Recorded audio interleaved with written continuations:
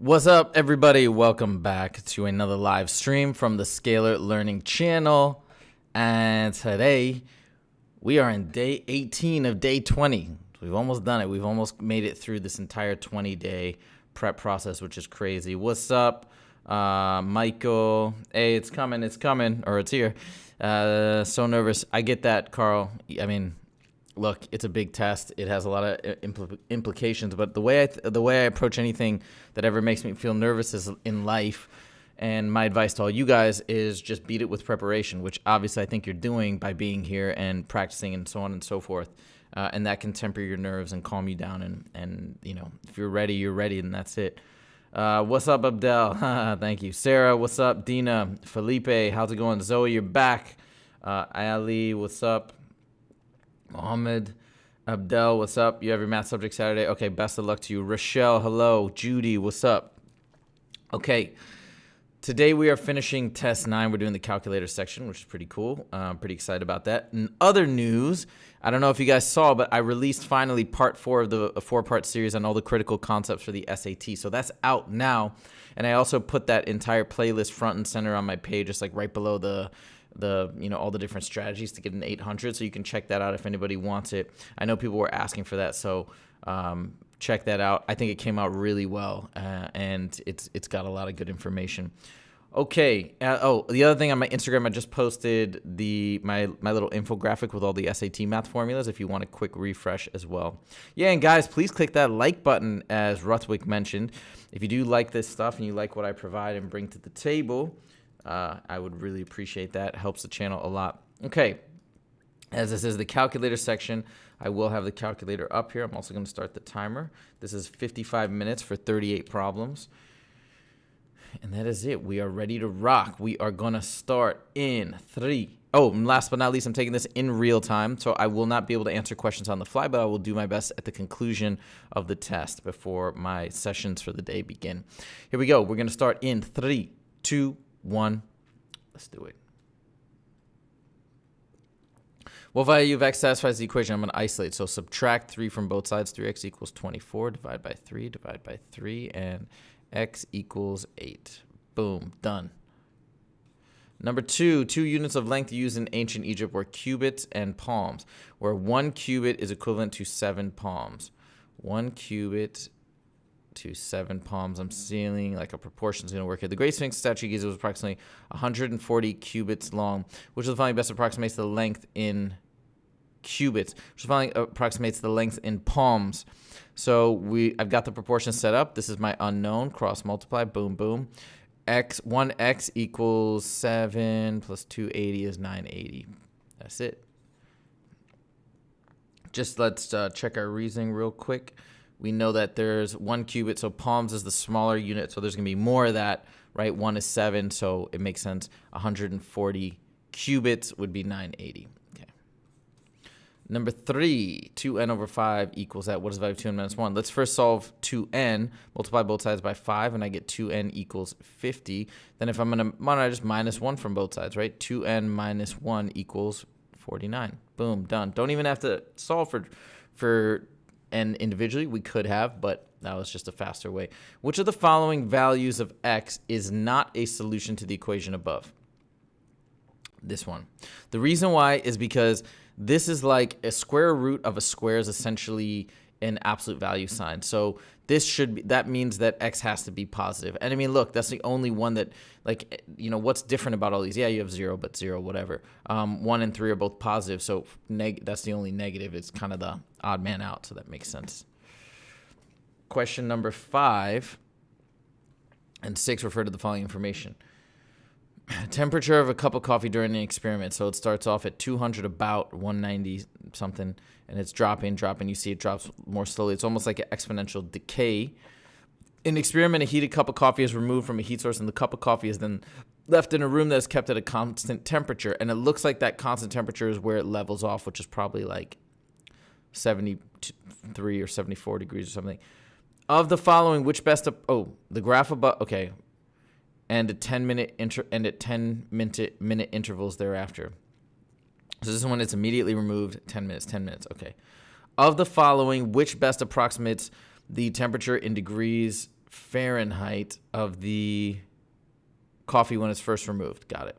I think we said 190 something, so 195 has got to be it. Next. Stream health is a little low. Hopefully it's coming out. Okay. During which of the following 10-minute intervals does the temperature of the coffee decrease at the greatest average rate? 0 and 10. Right at the beginning. Boom. It drops a lot. 30 and 40. No way. I mean, it's obviously 0 and 10. Right? Decrease at the greatest rate. That's the biggest drop. Done. 7. Nice geometry problem. Okay. In the figure above, AD intersects BE at C.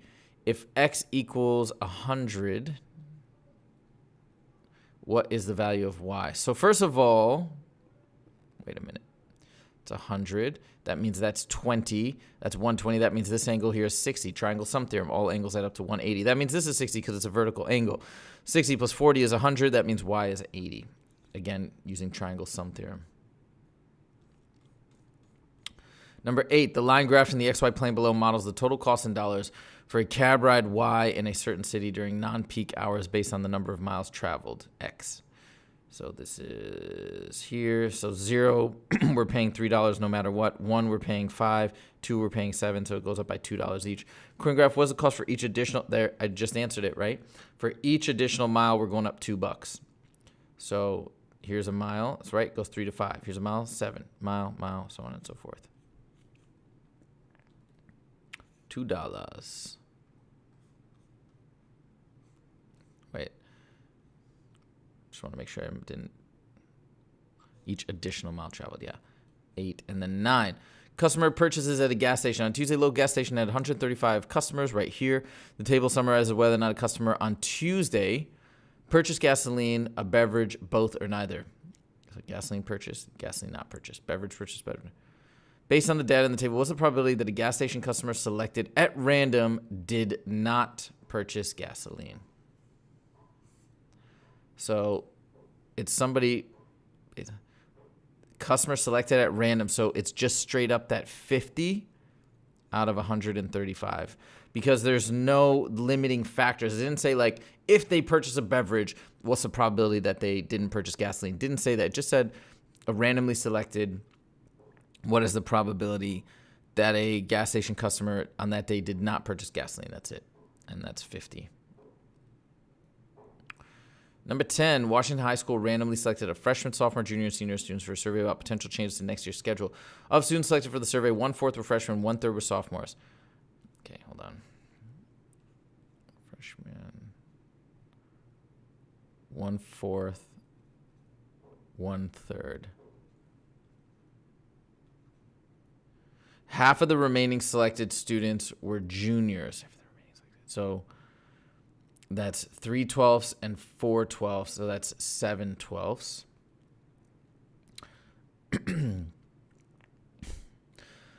So half of the remaining were juniors. So the remaining is 5/12, right? Hold on. 7/12, 3/12, 5/12. And half of those, so 5/24 are juniors. How many were seniors? Okay, so we got to find that final fraction. So let's make all these out of 24. So that's 6/24. That's 8/24. That's 5/24. 5. That's 11. That's 19/24. So that means this is also 5. Oh, of course, this is the other half, right? Half were remaining selected were juniors, so the other half has to be seniors. So it's 5/24 of a total of 336. 70. Okay, now let's think about that for a second. So a quarter of 336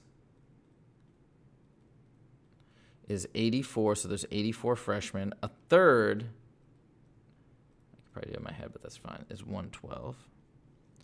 So that's 116. So that's 196.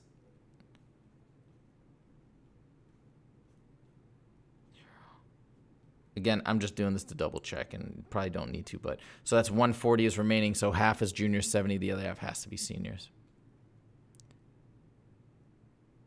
And that's it. Okay.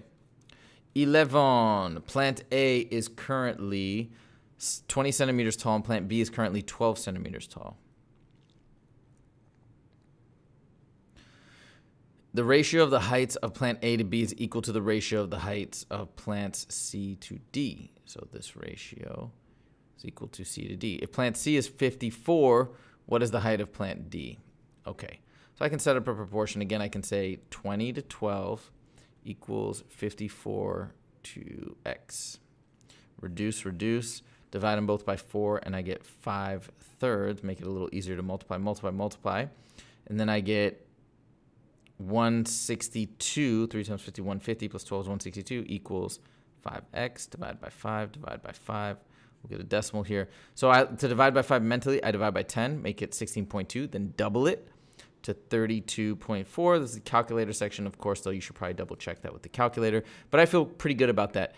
A to B, right? A is bigger, B is smaller. C to D. C is then going to be bigger. So it's got to be smaller than 54. We can eliminate those. And that feels about right, right? 3/5. You could also do 0.6 times 54. And I'm pretty sure that all matches up. All right, number 12. Biologists found a new species of pale shrimp at the world's deepest undersea vent. The vent is 3.1 miles below the sea surface. How many kilometers? So this is miles to kilometers. So if I have 3.1 miles, put it over 1, and I want to convert it to kilometers, I put miles on the bottom, kilometers on top. 1 kilometer is equivalent to 0.6214. So you see when we multiply, the miles cancel out. We're left with kilometers. Basically, you're doing 3.1 divided by that. Now, that might have been a really easy one for you. You might have said, of course you divide.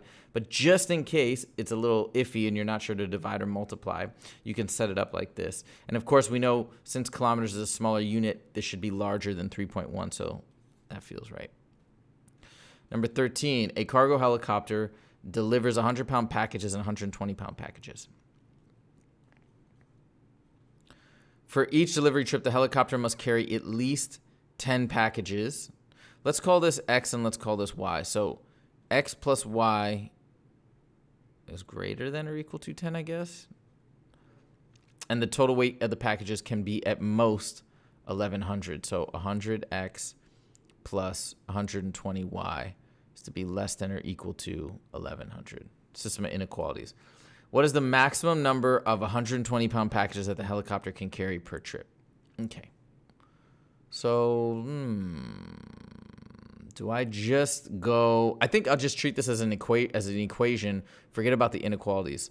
That's because we're going for the max. So, it would be maxed out for both. I guess, yeah, let's just go for the intersection. And I need to find 120. So let's eliminate X. So I'm going to multiply the top one by negative 100. Negative 100X equals negative 1,000. Because that's negative 100 times 10. Negative 100 times 10 is negative 1,000. Those cancel. That becomes 20Y equals 1,100 minus 1,000 is 100. Divide by 20. Get Y equals 5. So it's 5, and now let's verify. So it'd be 5 of these and 5 of these. And that'd be 600, and that'd be 500, that's 1,100. Let's try and think of an alternative. What if it's 6, right? Because the only other thing it could be is 6. We know 5 works. If it's 6,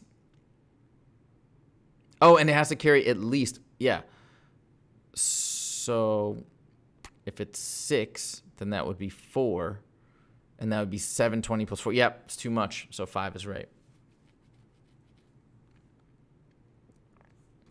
14. A company purchased a machine valued at $120,000. The value of the machine depreciates by the same amount each year. Same amount. That means this is linear, but they're all linear. So that after 10 years, the value will be $30,000. So we should start with 120,000, not 30,000. That's how. So the following equation gives the value via the machine in dollars T years after it was purchased. Okay. So one way I could, and it's got to be minus. It can't be plus because this would be appreciating. So now it's down to these two. I'm feeling like it's this one. The way we can check it is if we plug in 10 for T, we should have a value of 30,000. If I plug in 10 here, I get 120 minus 300,000, which is negative 180. It's wrong. It's this one. And this looks like it's going down by 9,000 every year. Again, that makes sense because in 10 years it drops 90 grand and it's down to 30,000. Done. 15. Line M in the XY plane contains points 2, 4, and 0, 1. Stack the coordinates. Just finding is an equation of line M. Let's calculate the slope. So I stack them and subtract down. 4 minus 1 is 3. 2 minus 0 is 2, right? We take the differences of the y's on top because rise over run. So the slope is 3/2. You're out, you're out. And now we have two options. And then again, but they give us here the y-intercept, right? 0, 1. So this has got to be the answer. Now let's double check. I'm going to plug in 2 here. That becomes, oh, not that one. That one we dismissed. This one. Plug in 2 here. 2 times 3/2 is 3 plus 1 is indeed 4. Plug in 0. I get 1. We're happy. 16. In the expression above, a is a constant.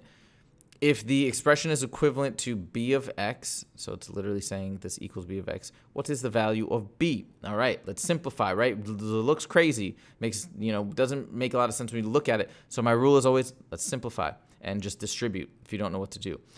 So we're going to FOIL, so that becomes 4ax squared minus 4x plus 4ax. And then we have minus 4. God, this is long. Minus x squared plus 4. Cancel. This is all one line. Okay, let's rewrite it. 4ax squared 4x plus 4ax minus x squared equals bx.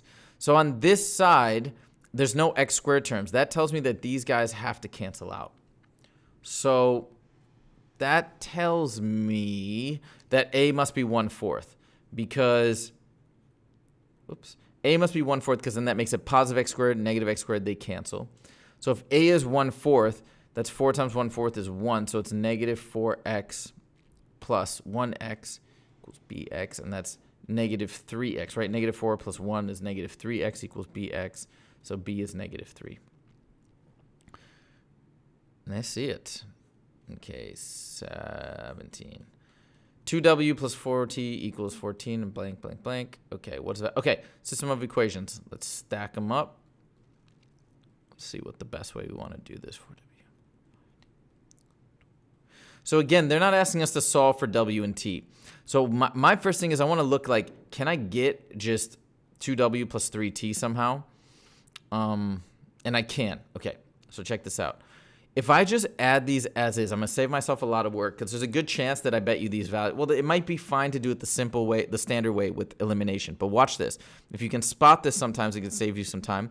So I add these. I get 6w plus 9t equals 39. And then if I just divide everything by 3, I get 2w plus 3t equals 13. So 2w plus 3t is what we're trying to solve for at 13. Didn't need to solve for them individually. Again, we can if we want, but if you spot that shortcut, shaves a little bit off the time. Jennifer bought a box of Crunchy Grain cereal. The nutrition facts on the box state that a serving size of the cereal is 3/4 cup and provides 210 calories, 50 of which are from fat. In addition, each serving of the cereal provides 180 milligrams of potassium, just 5% of the daily allowance. Okay, a lot of information. I just highlighted the numbers. Let's move on. If P% of an adult's daily allowance, if P%, since the percent, I'll do it like this. P% of an adult's daily allowance of potassium is provided by X servings of Crunchy Grain cereal per day.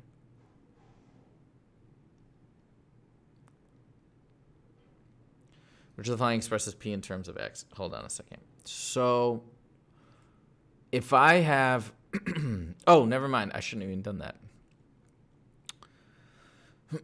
So right now, I know that for every serving, I'm getting 5%. And so P is 5 times X. It's just this one. Wait, I think it's just this. P is 5 times X because this is in percent. So, and let me just make sure that's right. Yeah, because P in terms of X, because If X is 1, you get 5%. 2 servings, you get 10%. 3 servings, you get 15%. So this is it. Just making sure. It's a little confusing. On Tuesday, Jennifer will mix crunchy grain cereal with super grain cereal for her breakfast. Got it. Where's super grain? Oh, maybe. Super grain. Oh, here we go. Super grain and crunchy grain provides 240 calories per cup. If the total number of calories in 1 cup of Jennifer's mixture is 270, how much super grain cereal is in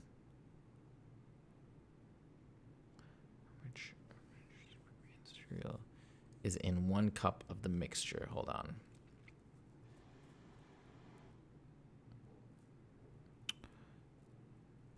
One cup. So it's 1 cup. So first of all, okay, so the amount of super grain, I'll say that's X, that's Y. And then how much did this one provide? It's 210 calories. Got it. Okay, now I got it. So we've got 210 calories for this one, 240 per cup. So I've got X cups plus Y cups equals 1. And then I've got 240X plus 210Y equals 270. And then I want to know how much super grain. So we're solving for X. And I can substitute in Y, 1 minus Y for, I'm sorry. I can substitute in 1 minus X for Y. So 240. 1 minus Y. Oh, sorry, 1 minus X. I mean, I could do either, but obviously I'm trying to eliminate. I'm subbing in for Y. So then we distribute 240X. 210 minus 210X equals 270. These become 30X. By the way, I'll simultaneously subtract 210 from both sides, and I get 60. X equals what? Doesn't make sense.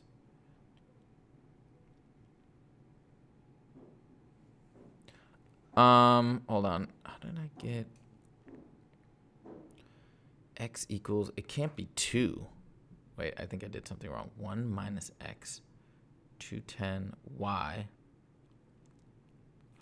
and we got 270. 270 minus 210. That's 30X. Okay, hold on. Let me figure this out again. Made a mistake. Let's back it up. Actually, I'll just erase this whole thing. Let's make sure we got the equation set up right. Okay. So I got 240 calories per cup in super grain. I got 200, did we say 210, right? Oh, wait, that can't be right. Oh, that's 3/4 of a cup. That's why. Shoot. That's why. Because I was like, that doesn't make any sense because you can't even get to 270 in one. So that means in 1 cup, so that's 3/4 cup divided by 3, that's 70. So in 1 cup, it's 280. Ah, man. Okay, so my whole thing was off. So now it's 280Y. All right, good. Kudos to those of you who caught that, if you did catch that.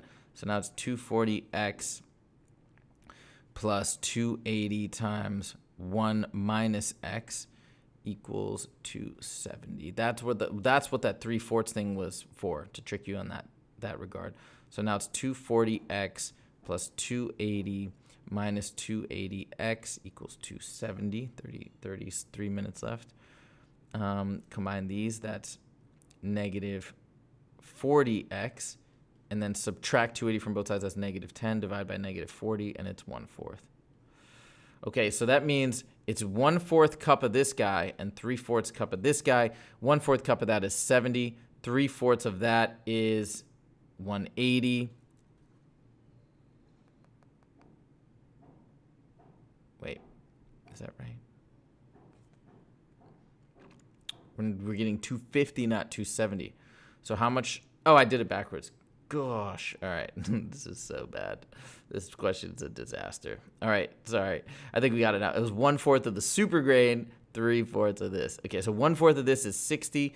3/4 of this is 210. That adds up to 270. We got our right answer. Checked, verified, validated. We're good. Okay, one more on this. Which of the following could be the graph of the number of calories from fat in crunchy grain as a function of the number of 3/4 cup servings? So 1 3/4 cup serving should be this one. I don't even know what this is. Because why would we start here at a kind of a starting point? It's just a gradual thing, right? So this wouldn't make any sense. Definitely wouldn't make any sense. Yeah, so it's A. This would only be if there's like, you know, it just doesn't make any sense to have a starting value. Okay. 21. 30 minutes to go. 31 minutes to go. We're still in good shape. Graph of the exponential function h in the xy plane where y equals h of x. As a y-intercept of d, where d is a positive constant. So they're talking about this. So there's d. Which of the following could define function h? So the y-intercept is going to be in front here. You see this? So it can't be this. Well, I don't need, this isn't even an exponential function. This would have a y-intercept of -3. Because when x is 0, that goes away and that's -3, right? So that's gone. So it's got to be one of these two. This is not exponential. This is an exponential function. It's 3 to the x. Also, here, no, that could still be positive. Yeah, this is just not an exponential function, so I'm going with that. 22. The weights in pounds for 15 horses in a stable reported in the mean, median, range, standard deviation were found. The horse with the lowest reported weight was found to actually weigh, so we have, let's say, all these things. And here's this guy, X, the lowest, was actually found to be 10 pounds less than the reported weight, X minus 10. What value remains unchanged if the 4 values are reported using the correct weight? Definitely the range changes. Definitely the standard deviation changes because now it increases the spread of the data. The median will not change. The mean will change because the median, whatever is in the middle, is the median. Middle value is still going to be in the middle because the lowest is just going to be lower, but still the lowest. 23. Near the end of the U.S. cable news show, the host invited viewers to respond to a poll on the show's website that asked, "Do you support the new federal policy discussed during the show?" At the end of the show, the host reported that. Pulling the shows was this. Do you support the new federal policy discussed? 28 yes and 70 no. Which of the following best explains why the results are unlikely to represent the sentiments of the population? Okay, so it's what's wrong with the data collection methods? The percentages do not add up to 100%. No, that's okay, because some people could have just opted out, or you know what I mean, not answered. Then those who responded to the poll were not a random sample. Yeah, I think that's it. But hold on, let's wait.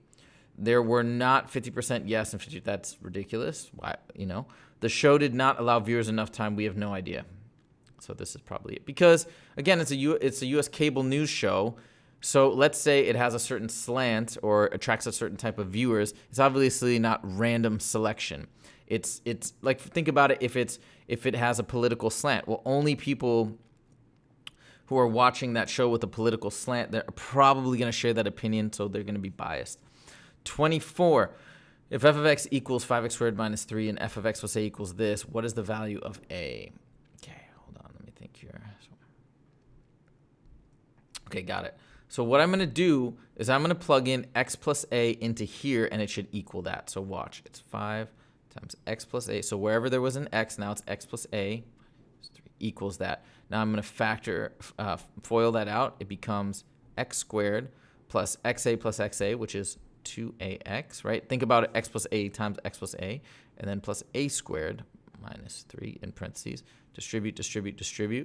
5x squared plus 10ax plus 5a squared minus 3. Now I can see that this links up with this because those are the x terms, so a has to be 3. Just to double check, 5a squared minus 3 has to equal 42, right? 5x squared matches with 5x squared. So if I plug 3 in here, it becomes 9 times 5 is 45 minus 3 is 42. We verified it twice. We're good to go. 25, if sine of x equals a, which of the following must be true for the value of x? Nope. Cosine of 90 minus x would equal a, which is this. I said this in the video that I released early this morning, is that this is a rule that they like to test on all the time. Sine of x equals cosine of 90 minus x and vice versa. Cosine of x equals sine of 90 minus x. I don't know why, but they love to test on that. The quadratic function above models the height above the ground h in feet of a projectile x seconds after it has been launched vertically. Models the height above the ground h in feet of a projectile x seconds. Okay. If h of x is graphed in the xy plane, which of the following represents the real life meaning of the positive x-intercept? It's when it hits the ground.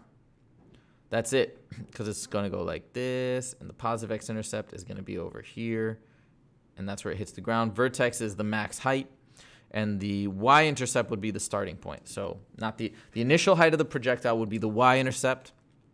Maximum height would be the vertex. Nope. That's also the vertex. That's it. The x-intercept of the graph. That's when it hits the ground. Time.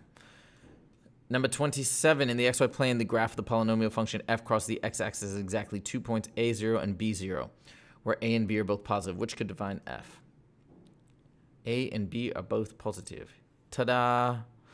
Okay, so this one would give 3 x-intercepts, a, b, and 0. What else is there to say? Plug in a here, it zeroes out. Plug in b here, it zeroes out. These are wrong. You can just plug in a, you won't get 0. Plug in b, you won't get 0. Here, a would work, b would not. So it's got to be a. Just making sure I didn't go too fast, because 27, now we're in the last few of the multiple choice. These are usually pretty tough, though we'll sneak in kind of an easy one here and there. So I don't want to go too fast and make a silly mistake, but I'm pretty sure that's right. 28, if y equals that, this is graphed in the xy plane, which of the following characteristics of the graph is displayed as a constant or coefficient? I see the y-intercept, and that's it, because it's in standard form. Yeah, not this. Definitely not. That's when it's factored. That's called intercept form. And no, it's not. That would only be if it was in vertex form. So just the y-intercept. Plug 0 in, and you'll see we get 2 for the y-intercept. And you can graph it. I mean, it's a graphing calculator, right? So graphing, calculator section, if that didn't come to your mind. 29, the scatter plot above shows the federal mandated minimum wage every 10 years before 1940 and 2010. So it was 1940 would be 0. So it was like 30 cents, then maybe 75 cents, then $1, so on and so forth. And then 70, which is 2010, would have been a little more than $7, $7.20 maybe. Okay, and the line of best fit is by this equation. What does the line of best fit predict about the increase in minimum wage over the 70-year period? So if I look at this, I can see that it goes up by, oh, wait a minute. What is does X represent every 10 years or every year? That's every year, because if I plug in here, if I plug in, let's plug in 60 because it's really close to the line of best fit. 60. 527. Yeah. So it's just the amount of years passed. So every year, this is not every 10 years, every year, each year, the average increase in, nope, yeah, it's 0.096. That's it. It's A. It's going up by 0.096. That's the slope. Each year between 19 and 40, the average increase in minimum wage was, no, I don't know what that is. That's this. That's like the theoretical y-intercept.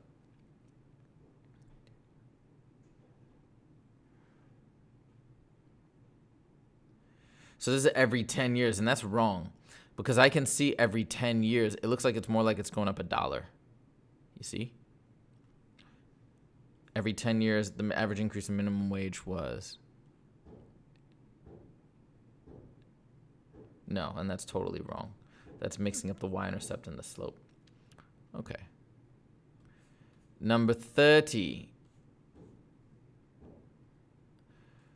We've got the scattered plot above shows the company's ice cream sales D in dollars and the high temperature T in degrees Celsius on 12 different days. A line of best fit for the data is also shown. Which of the following could be an equation of the line of best fit? All right, so first of all, we're going to need a y-intercept if I extended this back, because this isn't the y-intercept here, right? Because that, look at that, it's 10. So we'd need to go, I don't know, back here. This isn't going to help. Let's not do it like that. Let's just choose 2 points, find the slope, and put it into point slope format. So let's say 14,550 and 24,890 maybe. 24. Does that look right? 890. Okay, find the slope. We can put in point slope and do this whole thing. Probably get a pretty good representation. 550 minus 890. Negative 340 over 14 minus 24 is negative 10. Negatives cancel, zeros go away. So it's a slope of 34. So a slope of 33. So these are out. And now the question is it 300 or 84? Now let's use point slope, because I feel like we got a pretty good slope here. I'll still use my 34 anyways. So it's y minus 14 equals 34 times x. Oh, I did that backwards. Hold on. Y minus 550. I'm using the y value here in point slope equals the slope 34 times x minus that corresponding x value, which is 14. Okay. Then we distribute. Y minus 550 equals 34x. And then 34 times 14 is...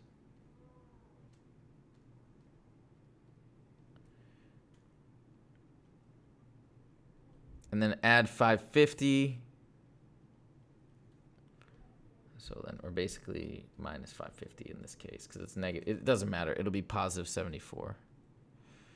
And it's got to be, I mean, this one looks good, right? I think that's our best bet. The other thing I could have done here, I just thought about it, is I could have plugged in like 20 for both of these.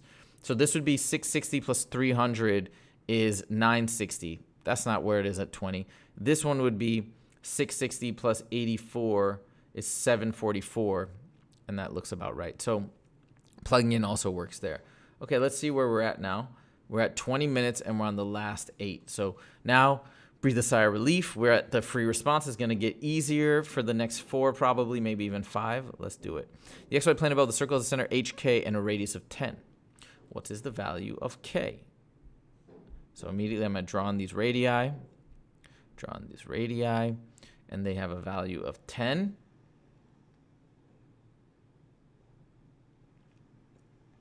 Oh, it's, wait a minute.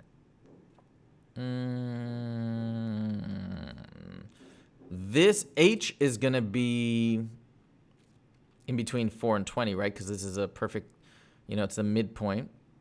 Hold on. 12. So H is 12. What is K? Hold on a second. Not as easy as I thought. I just have to think about how to approach this.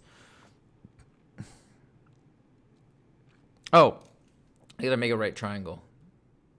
That is what I shall do. Of course. Circle problems half the time like this are just secret right triangle problems.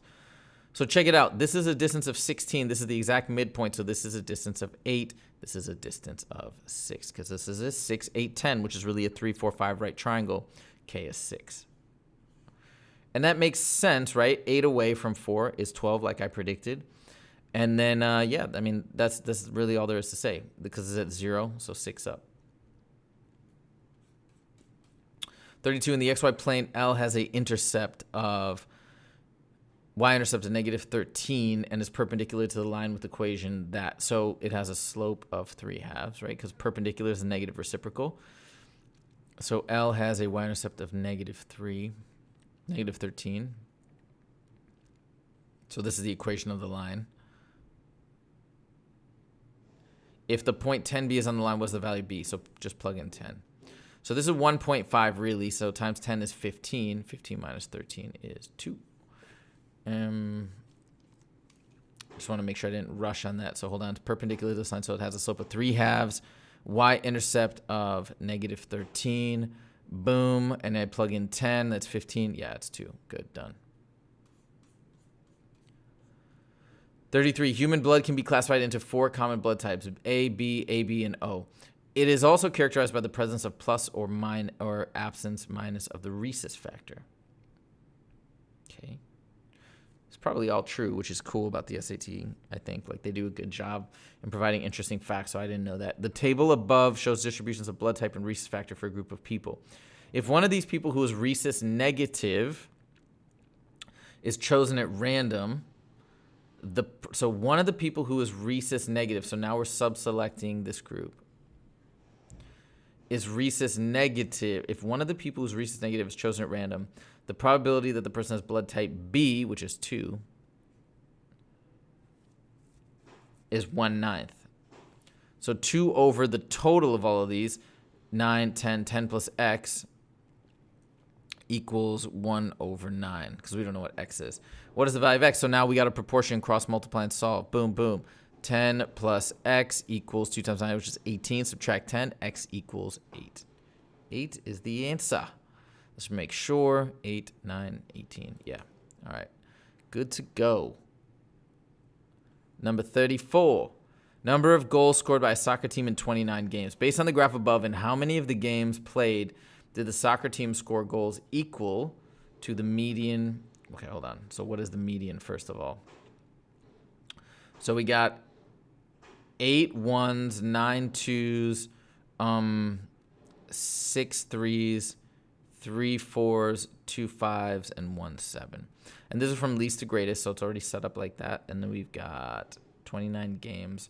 So 29 would be 14, 1, 14, meaning there's 14 games, then 1 in the median, which is the 15th value, and then another 14 games.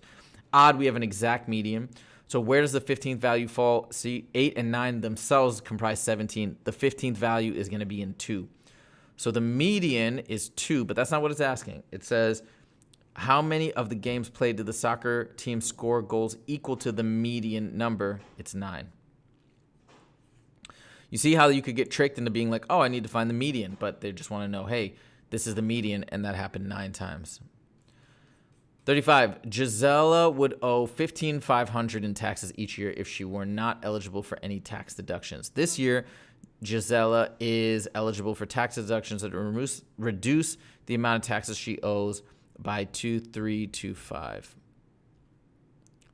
If these tax deductions reduce the taxes Gisela owes this year by D%, what is the value of D? Got it. So basically we're saying D over 100 times 15,500 equals 2,325, right? It's just an equation that we got to set up, and we can now solve for this.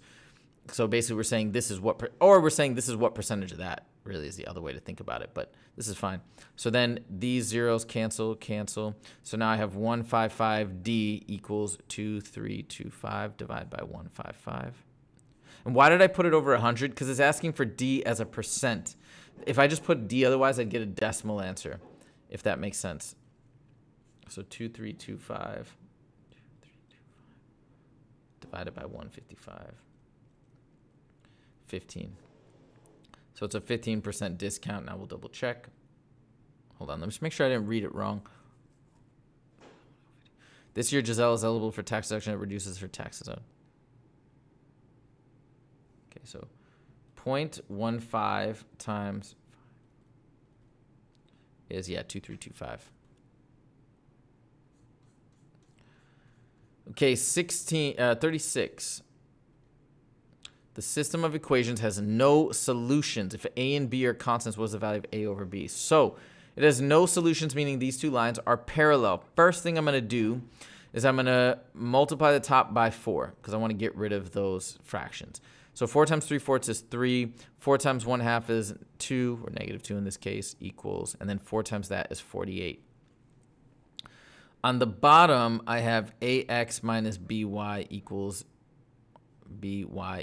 9. So they're going to have the same slope and different y-intercepts. So I'm going to now put this into slope-intercept form and put that into slope-intercept form, and we'll figure it out. Actually, yeah. Okay, so then it's negative 2y equals negative 3x plus 48. Divide by negative 2, divide by negative 2. Y equals 3 over 2x. Oh, divide by negative 2. 3 over 2x minus 24. Now, I'm guessing that this is the answer, 3/2, because I think that's what a over b is going to be, but let's do it anyways. Yeah, it is going to be that, but it's okay. Subtract ax from both sides. Divide by negative b. Y equals, those negatives cancel out, a over bx, right? So a over b is the slope. And so the slope I know is 3/2 because they have to be identical. And that's it. A over b is 3/2, same slope. No solution, parallel, done. 37 and 38. We are on the final two with 11 minutes, 12, basically 12 minutes to go. This is great.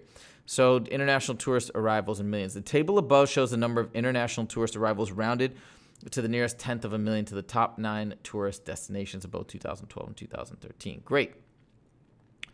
So France is really popular, then the US, then Spain, right? And that's 57 million, not 57.5, whatever. And Russia's not so popular, then UK, so on and so forth. Based on the information given in the table, how much greater in millions was the median number of international tourist arrivals in 2013 than 2012? So how much greater this is than this? So the median here, it's in order from least to greatest already. Just make sure. Yeah. No, it's not. Look. These two are out of place. Oof. So 57.5 should go down here. 57.7 should go up there. Anything else? Ooh, that is sneaky. Oh, these are out of place too.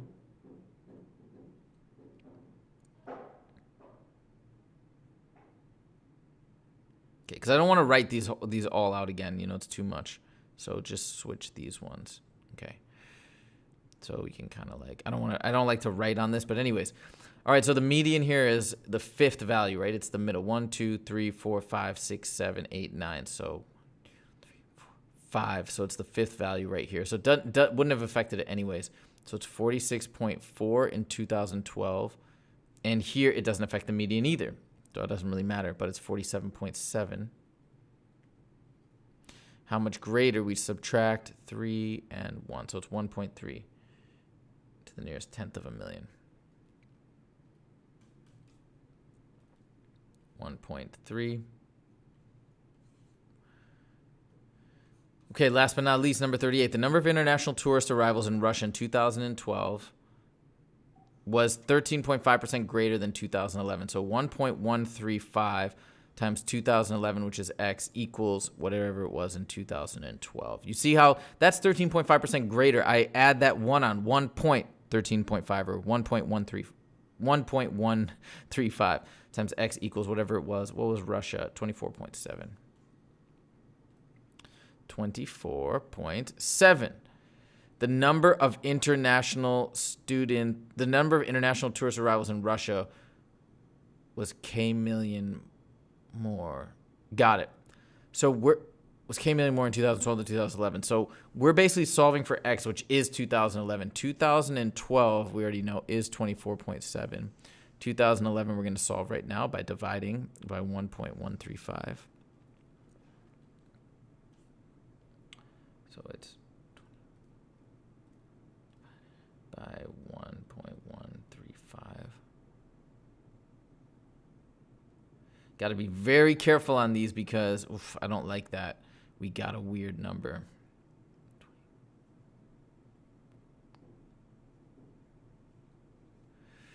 And then minus 24.7.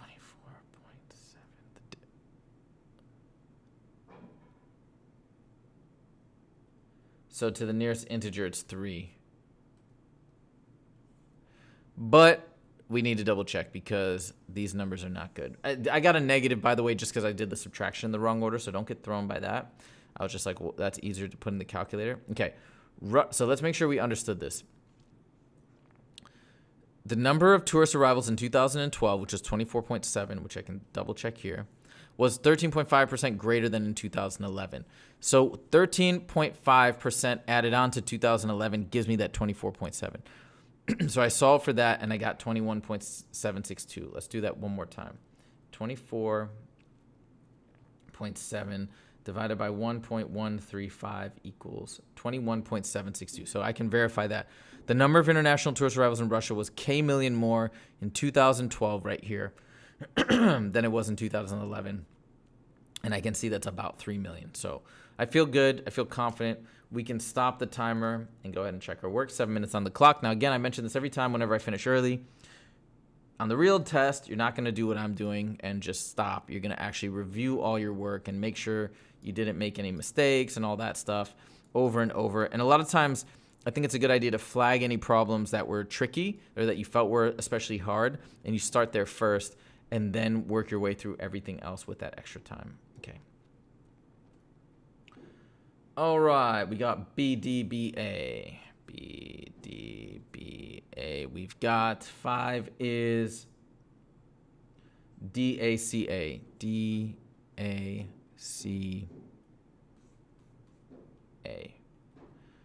9, we've got DDAD.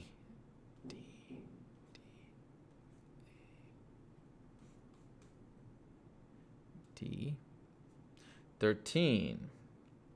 CBDB. CBDB. Great. For 17, we've got CBBA.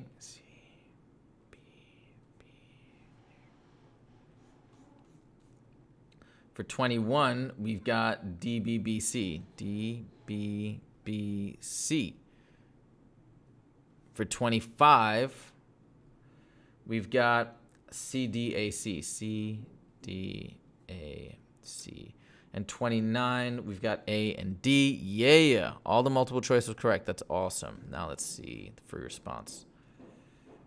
We've got 6, 2, 8, 9, 15. Oh, I thought it was wrong. 3 over 2 or 1.5. So 3 over 2 is acceptable format. Just got to be fully reduced. Here's the one that we're tough. 1.3 and 3. Yeah. Correct those. Let's see what we got for questions before I got to the roll. 33 is wrong. It was not wrong. It was correct. What do you mean?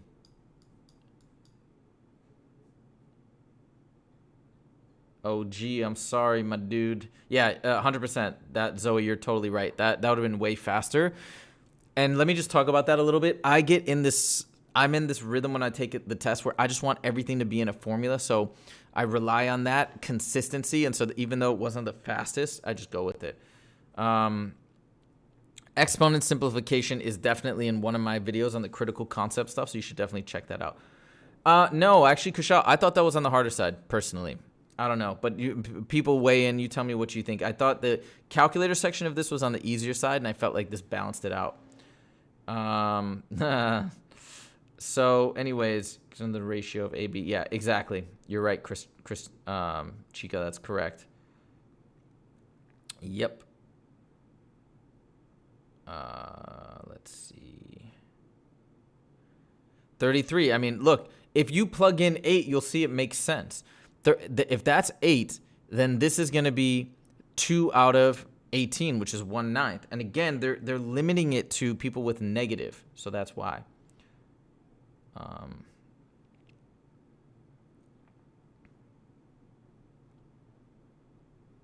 Okay. All right, guys. This was really fun. This was awesome. I hope.